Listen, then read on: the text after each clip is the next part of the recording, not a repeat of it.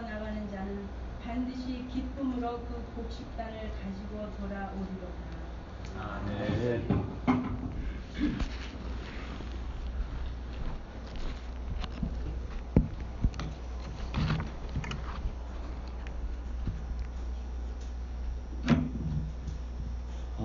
이 무더위 가운데서도 하나님의 은혜를 사모하며 귀한 예배의 자리로 나오신 여러분들을 주님의 이름으로 환영합니다. 우리 앞뒤 좌우로 한번 돌아보시면서 잘 오셨습니다. 함께 은혜 받읍시다. 인사를 한번 나눠보겠습니다.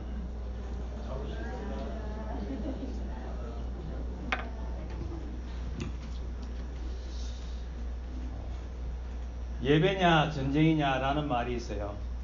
월이냐 월십이냐 둘 중에 하나를 선택하라는 거죠. 상당히 이 예배라고 하는 것은 엄중한 현실 속에서 영적 전쟁이 벌어지는 가운데서 예배를 드리기 때문에 우리가 영과 진리로 또 우리가 영이 깨어있지 않으면은 이 예배가 되지 않을 수가 있습니다. 그래서 여러분들이 딱 하나님만 바라보시면서 이 무더위 가운데서도 하나님이 나를 사랑하셔서 하나님 나를 계획하셔서 이 자리에 하나님이 불러주셨다라는 확신을 가지고 하나님이 주신 음성에 아멘 할 수 있기를 바랍니다. 제가 뉴욕에 와서 한 사람을 위해서 말씀을 전하겠다 그런 각오를 한 적이 있습니다. 그것이 어느새 제 설교의 철학이 되었습니다. 큐티 나눔의 글을 쓸 때도 그렇습니다. 한 사람의 포커스를 맞춘다. 그게 무슨 말이냐면은 예수 그리스도께서 이 땅에 사역하실 때에 군중 속으로 파고 들어가셔서 한 사람을 만나 주셨던 것처럼 하나님은 한 사람을 오늘도 기억하시고 하나님이 예정하신 그 한 사람을 하나님께서 말씀을 통해서 세우신다는 것입니다. 여러분 한 사람 할 때 여러분 좀 섭섭한 생각이 있지 않습니까? 여러분 한 사람 놓치지 않는 예수 그리스도, 그 의미가 담겨져 있습니다. 난 오늘 여러분들이 모두가 다 그 한 사람이 될 수 있기를 주님의 이름으로 축복합니다. 오늘 성경 본문은요 126편은 이스라엘 사람들이 우리가 잘 아는 것처럼 이전에 출애굽 생활도 있지만은 그 이후에 가나안 땅에 와서 하나님 말씀을 듣지 않고 자신의 경험이나 자신들의 상식에 입각해서 세상에 휩쓸려서 살다가 이렇게 포로 생활을 한 적이 있습니다. 포로 생활을 하게 되는데 그 포로 생활을 하게 된 그 제목을 성경은 분명히 말하는데 두 가지다라고 말합니다. 첫째는 하나님 마음을 아프게 했다는 거예요. 하나님 마음을 아프게 한 것을 우리는 뭐라고 하냐면은 우상 숭배라고 합니다. idolatry. 두 번째, 이웃의 마음을 상하게 했다는 것입니다. 그걸 뭐라고 하냐면은 불의, injustice라고 합니다. 자, 이 두 제목 때문에 이스라엘은 바빌론에 끌려가서 처참하게 포로 생활을 하게 됩니다. 그 포로 생활 가운데서 이 사람들이 꿈을 꾸는 게 있는데 그게 뭐냐면은 바로 하나님이 언젠가 우리를 돌려보내 주실 것이다 라는 그런 희망 섞인 메시지를 붙잡는 것이었습니다. 그런 포로 생활이라고 하는 것은 그 실상이 쉽지가 않습니다. 우리가 잘 아는 대로 시드기야 왕은 끌려갈 때에 착고에 매였고 이렇게 짐승처럼 눈도 뽑히고 그렇게 잡혀갔습니다. 얼마나 처참합니까? 자, 70년 동안 바빌론에서 노예 생활을 한다라는 것은 쉬운 게 아니에요. 그 당시에는 인권이라는 개념도 없었습니다. 그런 상황에서 이들이 어떻게 하나님을 믿는 우리가 하나님을 알지 못하고 잔혹하기 짝이 없는 그 사람들을 수하에서 우리가 살 수 있는가? 이게 어떻게 가능한가? 그런 생각들도 했습니다. 그러나 그들이 잡혀갈 때에 남은 자라는 게 있었는데 뭐냐면은 영적으로 깨어있고 여전히 믿음을 가지고 있고 그런 사람도 이상하게 하나님이 연대 책임을 묻듯이 그들도 포로로 잡아가고 말았습니다. 잡혀가도록 했습니다. 남은 자들의 고민이 컸습니다. 그냥 그들은 예레미야를 통해서 하나님 주신 그 말씀 하나만 붙잡았는데 뭐냐? 70년이 지나면 하나님께서 포로를 시온으로 돌려주실 것이다. 그 믿음 하나예요. 여러분, 포로 생활을 우리가 좀 더 이렇게 상상할 수 있기를 바라는데요. 시편 137편으로 한번 넘어가 보겠습니다. 137편입니다.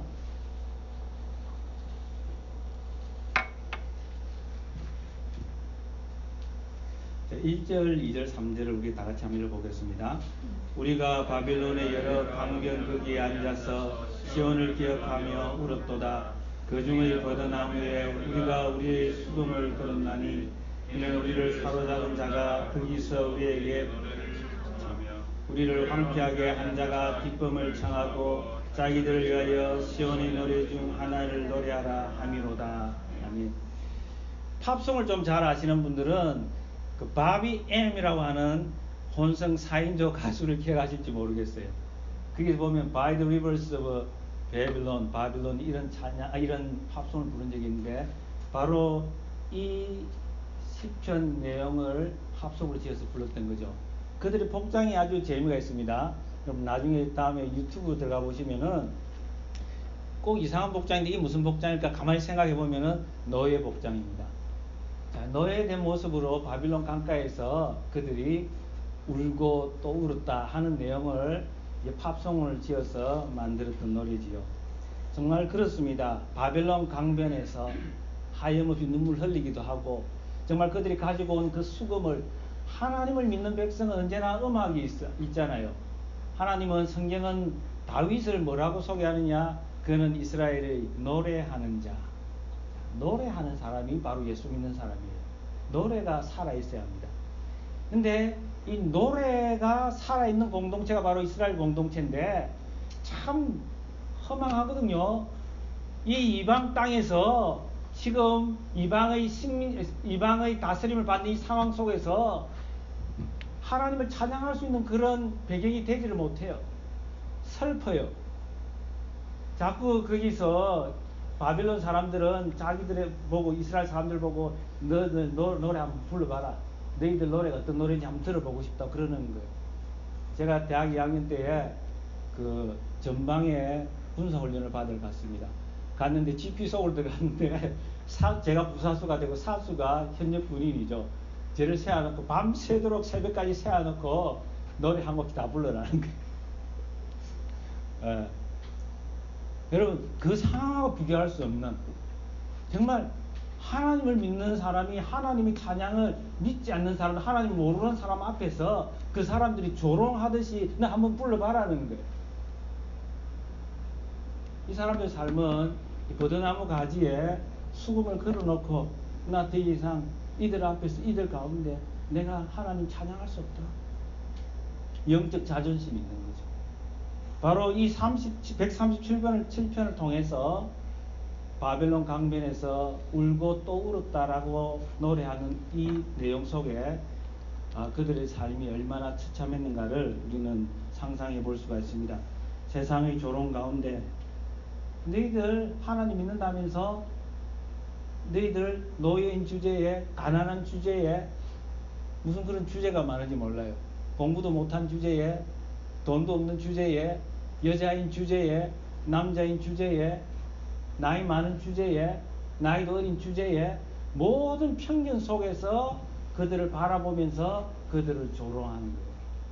그 조롱 속에서 세상 조롱 가운데서 여호와의 신앙을 지키면서 신앙을 보존하면서 대대로 신앙을 물러줘야 하는 그런 상황 속에 이스라엘 백성들이 놓여 있습니다.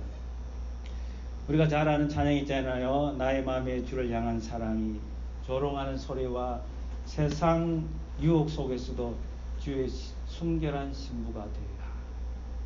세상 살이가 만만치 않은데 예수 믿는 사람들 향해서 손가락질하면서 정말 하나님이 살아있느냐 말해봐, 보여봐. 그런 조롱 속에서 우리가 순결한 신부로서 세상과 타협하지 않고 세상 유혹에 넘어가지 않고 우리를 지켜나가는 것이 바로 신앙인 것입니다. 노래하는 다윗은 춤도 잘 추었습니다. 춤이라고 하는 것은, 진정한 춤이라고 하는 것은 이렇게 영혼의 울림과 감동이 있을 때에 어깨가 자연스럽게 덩실덩실 거리는 게 춤입니다. 그냥 흔든다고 그게 춤이 아니라, 진정한 춤은 나의 영혼이 하나님 은혜의 터치를 받아서 나도 모르게 어깨가 덩실덩실 거리고 내 몸이 움직이는 것이 춤인 거예요. 다윗은 춤추는 사람이었습니다.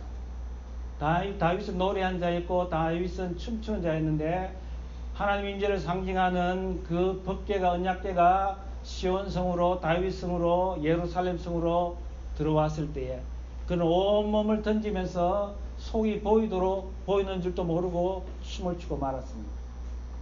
이스라엘 백성들과 하나님을 찬양하고 축제도 열고 잔치도 벌이고, 그래서 마지막으로 집 안에 들어와서 가족들에게 축복하고 가족들과 함께 잔치를 가지려고 했는데, 좋은 시간을 가지려고 했는데 2층에서 다윗의 모습을 지켜봤던 미갈이라고 하는 아내가 있었습니다.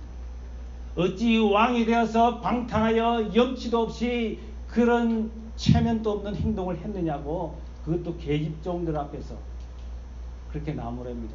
전혀 영적인 것을 보지 못하는 사람이 바로 미갈이라고 하는 사람이었습니다.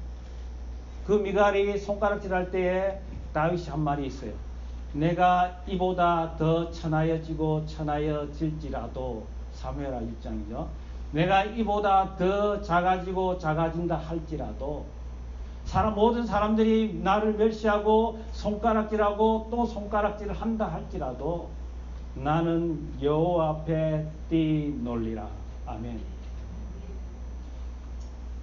바로 이 남은 자들이 바벨론에서 그런 마음으로, 사람들이 나를 조롱하고 세상이 나를 유혹하고 세상이 나를 우상숭배 쪽으로 끌어들인다 할지라도 나는 하나님을 버리지 않고 내 몸을 던져서 내 영혼으로 하나님을 찬양하겠다는 것입니다.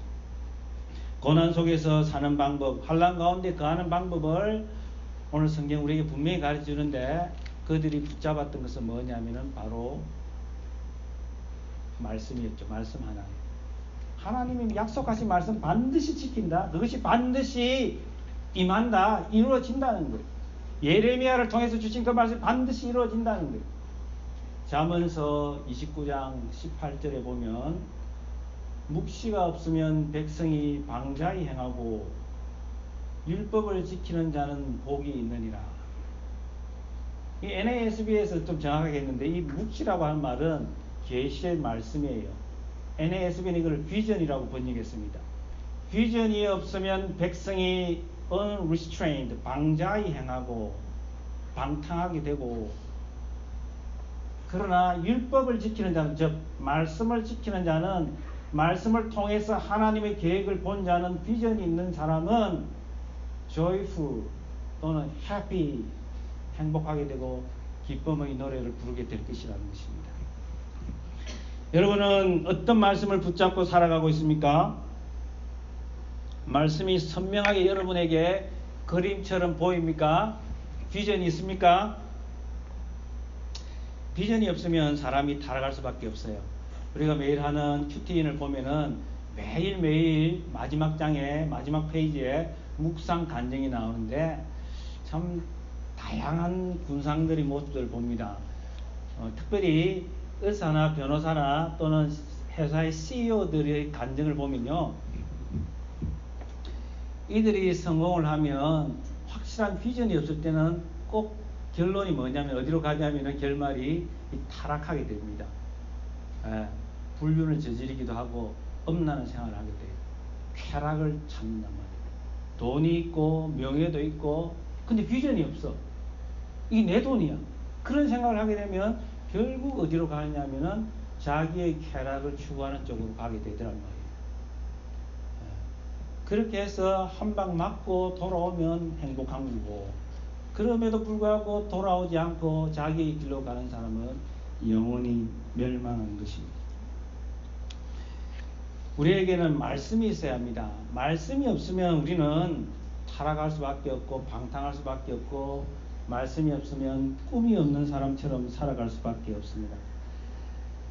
오늘 성경 본문에 보면은 두 번의 연속으로 이런 말씀이 나옵니다. 자, 하나님께서 약속에 따라서 70년이 지났을 때에 여호와께서 시온의 포로를 돌려보내실 때에 우리는 꿈꾸는 자 같았다. 정말 그들은 꿈꾸는 자처럼, 아니 꿈꾸면서 살았습니다. 하나님 말씀이 반드시 이루어질 것이다. 우리는 반드시 시온으로 돌아간다. 하나님 우리를 돌려보내실 것이다. 하나님의 넓은 팔로, 친절한 팔로 우리를 끌어안아서 우리를 데리고 갈 것이다. 독수리 날개 펴며 업어가듯이 우리를 하나님의 도성으로, 마음껏 예배할 수 있는 곳으로 우리를 인도하실 것이다. 그때 자기들이 하나님의 역사가 이루어질 때에, 하나님의 약속이 성취될 때에 우리 입에는 웃음이 가득하고 우리 혀에는 찬양이 찼었도다. 그때 문 나라 가운데 말하기를 여호와께서 그들을 위하여 큰 일을 행하셨다 하였도다. 3절에 계속 보면 여호와께서 우리를 위하여 큰 일을 행하셨으니 우리는 기쁘도다. 하나님이 하셨다네. God has done all great things. 하나님이 모든 걸 다 하셨다는 게, 하나님이 큰 일을 하셨다는 게 for us, 우리를 위해서. 여러분, 말씀을 붙잡고 치열하게 사는 사람, 그 사람은 하나님을 경험할 수 있는 복을 누리게 됩니다. 여러분, 하나님을 경험한 사람은 생각이 달라집니다. 여러분, 하나님 맛을 보셨습니까? 성경 우리에게 계속해서 도전을 줍니다. 너희가 이 땅에서 하나님의 선하심과 인자하심을 맛보아 알지어다. 하나님이 이 땅에서 맛을 보라는 거예요. 천국 가서 맛볼 생각하지 말고 이 땅에서 맛을 보아야 천국에 간다는 것입니다.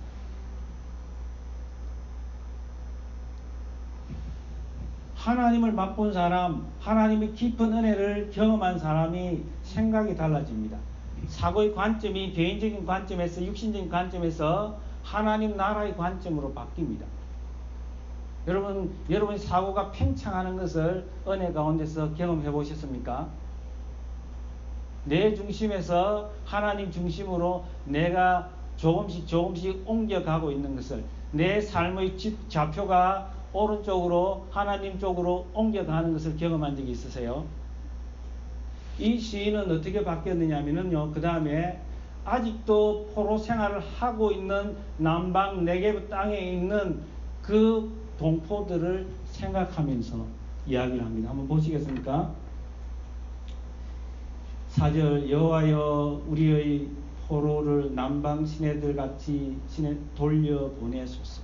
아직도 남아있는 사람이 있는데 시냇물이 흐르는 것처럼, 남방 시냇물이 흐르는 것처럼 아직도 바벨론의 포로 생활하는 사람들을 우리에게로 흘러보내 주시옵소서. 바로 공동체입니다. 하나님의 존재 방식은 공동체예요. 성삼위일체, 성부, 성자, 성령. 하나님이 왜 우리로 하여금 교회 생활하게 하느냐? 하나님을 경험할 수 있는 장소란 말이에요. 하나님을 경험할 수 있는 그 최적의 조건이란 말이에요. 우리가 지금 연합의 예배를 드리고 있는데 시온성 공동체가 기쁨의 공동체를 기억하지 못하면, 기쁨의 공동체가 시온성 공동체를 소중하게 생각하지 못한다면 여러분은 지금 천국을 제대로 못 누리고 있는 거예요. 그 마음이 없다면, 내가 소중한 게 있는데 그것을 나누고 싶은 마음이 없다면 그건 잘못된 거예요. 여러분, 우리가 잠정적으로 연합하고 있는데 우리가 머무는 동안에 내가 시온성을 향한 하나님 마음이 없다면 앞으로 소망이 없어요. vice versa. 서로가 이게 똑같은 거예요. 이 시인은 지금 춤을 추면서 혀에 찬양이 가득했지만은 지금 아직도 포로 생활하는 그 공동체를 기억하고 있는 거예요. 하버드 출신의 기독교 정신의학자이며 탁월한 저술가죠. M. Scott Peck, 아직도 돌아오지 않은 길이라는 책을 쓴 사람인데, 그는 인생을 여행에 비유해서 많은 이야기를 합니다. 그런데 천국을 이야기하면서 천국에 가장 가까운 단어가 이 땅에 무엇일까라고 고민했는데 그 단어가 뭐냐면은 공동체입니다. 커뮤니티.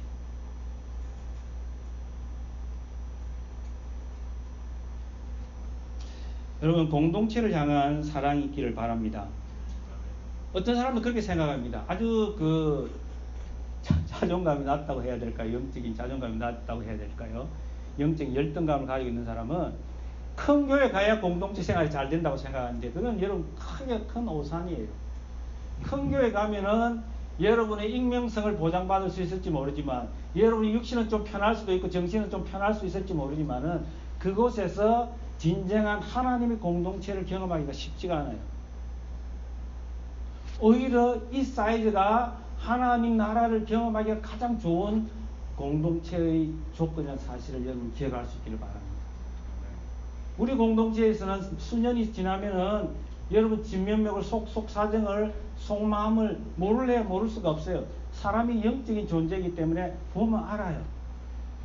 그런데 내 자신이 드러나면서 내 자신의 약점을 고백하고 하나님 앞에 토해내고 내 이웃 내 공동체와 함께 나눈다면 그 사람은 자라가는 것입니다.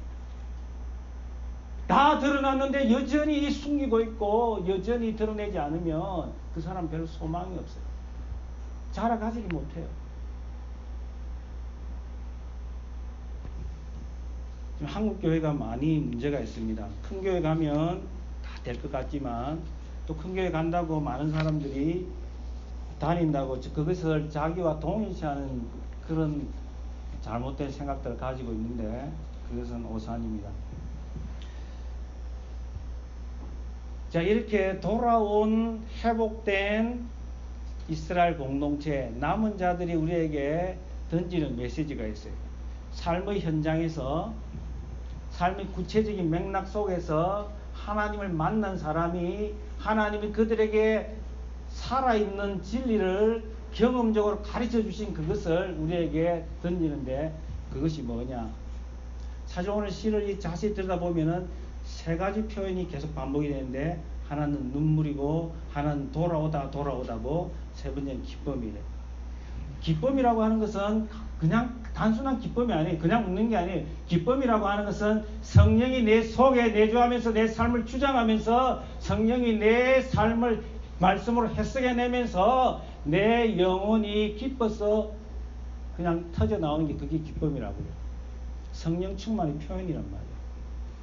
그 기쁨으로 가기 위해서 눈물을 흘려야 되고 그 눈물 골짜기를 지날 때에 온전한 되돌아오는 회복이 있고 그 회복 다음에 바로 따라오는 것이 뭐냐? 바로 기쁨이라는 것입니다. 오늘 시인은 우리에게 참 회복이 있고 기쁨의 노래를 부르기를 원하는데 그 진리가 뭐냐면은 첫 번째로 해야 될 것이 눈물이라는 거예요. 눈물을 흘리며 씨를 뿌리는 자는 기쁨으로 돌아오고 울며 씨를 뿌리는 자는 반드시 기쁨으로 기쁨의 곡식의 단을 거두리라는 것입니다. 눈물 없이는 회복을 기대하지 말고 눈물 없이는 기쁨을 기대하지 말라는 거예요. 그러면 눈물이 뭐냐는 거예요. 눈물이. 왜 하나님은 사랑하는 자기 자녀에게 눈물을 흘리며 울라고 말씀하느냐는 거예요. 왜 사랑하는 사람을 울리려고 하느냐는 거죠. 사랑은 눈물의 씨앗이라고 하는 노래가 있었는데 그런 차원이 아니란 말이에요. 성경이 말하는 하나님 우리에게 울라고 하는 것은 그런 수준이 아니에요. 하나님이 우리를 너무도 사랑하기 때문에 울라고 한다라고 우리는 결론을 지을 수밖에 없어요. 하나님의 사랑, 그 십자가의 사랑을 맛보도록 하나님의 비밀한 것을 경험하도록 좀 더 하나님께 가까이 다가오도록 그렇게 인도하시기 위해서 또 우리의 영혼을 진주와 같이 정말 아름다운 보석과 같이 빛나는 그런 영혼으로 만들기 위해서 우리에게 눈물을 요구하는 것입니다. 마치 옥합을 깨뜨리듯이 자신을 깨뜨리며 하나님께 나아오는 그 모습입니다. 여러분, 우리가 우리 자아를 깨뜨려야 합니다. 하나님의 은혜로. 계란은 스스로 깨면 뭐가 되죠? 스스로 안에서 깨면 병아리가 되고 생명이 되잖아요. 생명이 잉태하는데, 남이 깨면 어떻게 되죠? 남이 깨어주면 후라이가 됩니다. 후라이. 네, 정명하군요.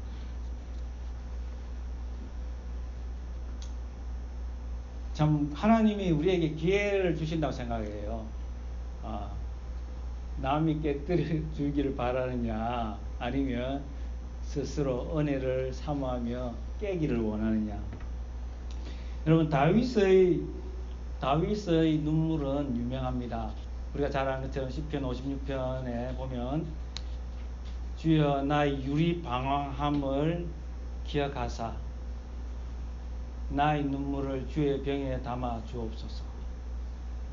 나의 유리함을 보시고, 그거는 다른 영어 성경이나 원어에 보면은 Record my misery입니다. 나의 비참함을 보시옵소서. 여러분, 다윗은 참 고난의 대명사였죠. 고난으로 점철된 삶 그 자체였습니다. 한번 생각해 봅시다. 우리가 왕이 되기 전에 10년 동안 사울로부터 도피 생활을 했던 거, 그게 힘들었을 것이다. 광야 생활을 했고, 또 동물 생활도 했고, 이방 땅에 가서 미친 채도 하고, 그런 생활을 했지만, 그게 힘들었을 것이다.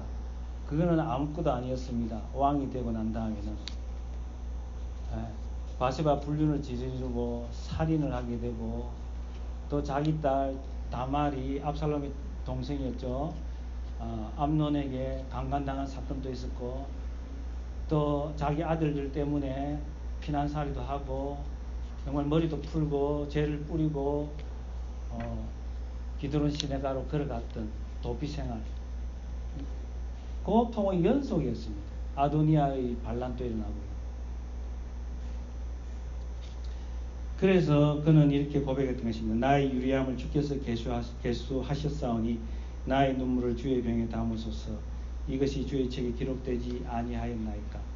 내가 하나님을 의지하여 그의 말씀을 찬송하며 여호와를 의지하여 그의 말씀을 찬송하리이다. 내가 하나님을 의지하였은즉 두려워하지 아니하리니 사람이 내게 어찌하리까. 아멘. 다윗이 붙잡았던 것은 말씀이고 말씀을 찬송한 것입니다. 그가 살 수 있는 것은 말씀 한 가지밖에 없었습니다. 앞을 보고 뒤를 돌아보고 위를 보고 아무리 사방을 돌아보더라도 살아남을 수 있는 그런 구멍이 없었던 거죠. 자, 그때 그가 붙잡았던 것은 단 한 가지였습니다. 하나님의 말씀. 여러분, 바울의 사역과 삶도 역시 눈물이었습니다. 사도행전 20장 18절 20절 보면, 내가 항상 여러분 가운데서 어떻게 행하였는지를 여러분도 아는 바니 그 모든 겸손과 눈물이며 유대인의 관계로 말미암아 당한 시험을 참고 내가 3년이나 밤낮 쉬지 않고 눈물로 각 사람을 훈계하던 것을 기억하려. 눈물, 겸손과 눈물. 여러분, 눈물은 약함을 나타내는 것처럼 보이기도 하지만 사실은 하나님 앞에 눈물을 흘리는 것은 강함의 상징입니다.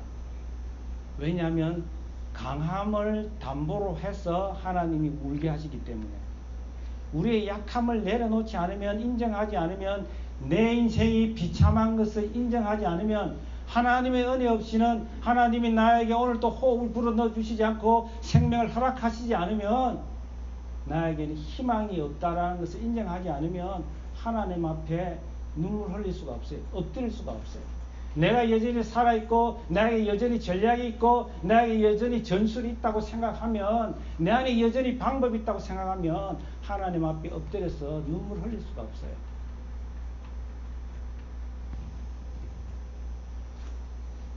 눈물을 흘리며 씨를 뿌린다는 것은 자기의 중심을 깨뜨리는 것입니다. 그 당시 농경사회이기 때문에 씨를 뿌리는 것이 그 삶의 일상을 말하는 것입니다.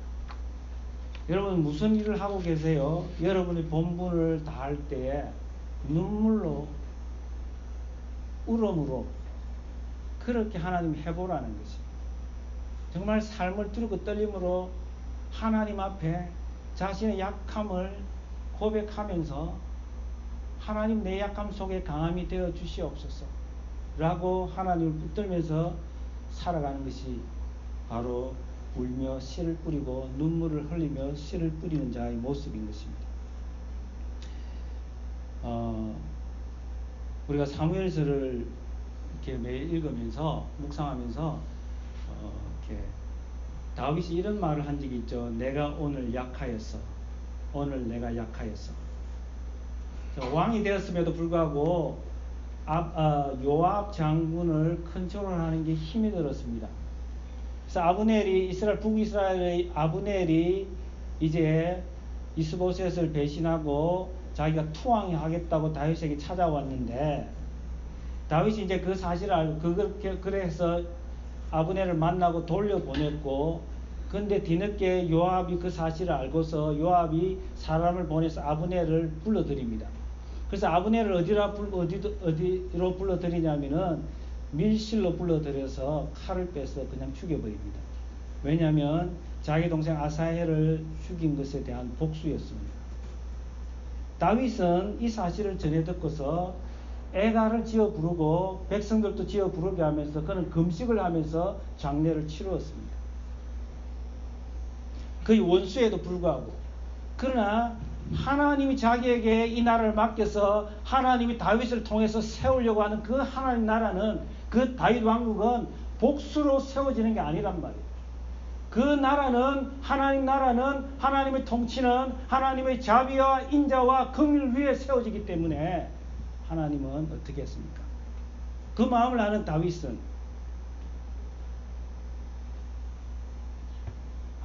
요압이 이렇게 해서 안 된다는 거죠. 그러나 다윗이 어떻게 고백합니까?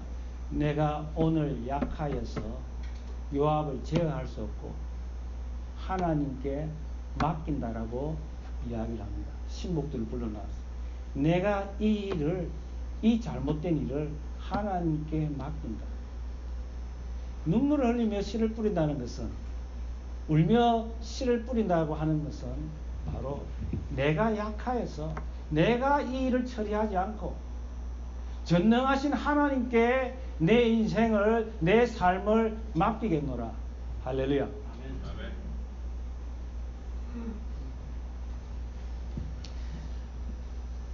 여러분 바로 울며 씨를 뿌리고 눈물을 흘리며 씨를 뿌린다고 하는 것은 오늘 이루어져야 한다는 것입니다. 오늘. 내일이 아니라 오늘. 청년들은 아직도 혈기도 있고 힘도 있어서 그렇게 합니다. 오늘은 내가 삼삼한 여자하고 만나서 즐겁게 놀고 내일 내가 진정성 있게 진지하게 사귀고 결혼하겠다고 합니다. 오늘 결단하지 않으면 희망이 없어요. 오늘 우리가 울며 씨를 뿌리지 않으면 눈물로 씨를 뿌리지 않으면 내일은 찾아오지 않는 것입니다. 여러분 금을 우리는 좋아합니다. 그죠? 금하고 화폐는 언제든지 등가로 바꿀 수가 있어요. 여러분 금은 근데 종류가 많아요. 어떤 금이 있습니까? 여러분 아는 금 중에서 어떤 금이 제일 좋은 금입니까? 정금, 황금, 백금요? 제일 좋은 금이 뭘까요? 지금입니다. 지금. Now. 하나님 우리에게 지금 결단하기를 원하는 거예요. 이제. 우리 지금의 의미를 알잖아요. 잘 모르시는 분이 있습니다. 연세가 드신 분은. 어떤 목사님이 오랜만에 이제 은퇴를 하시고 축도를 해야 되는데 갑자기 지금은 이게 생각이 안 나는 거예요. 이제는 우리 주 예수 그리스도 이게 생각이 안 나서 딱 나오는 말이 뭐였는가 하면 시방은 네, 그 의미입니다. 시방은 지금은 이제는 지금이에요. 지금. 신앙은 현재입니다. 바로 오늘 결단하길 바라는 것입니다. 오늘 내가 울며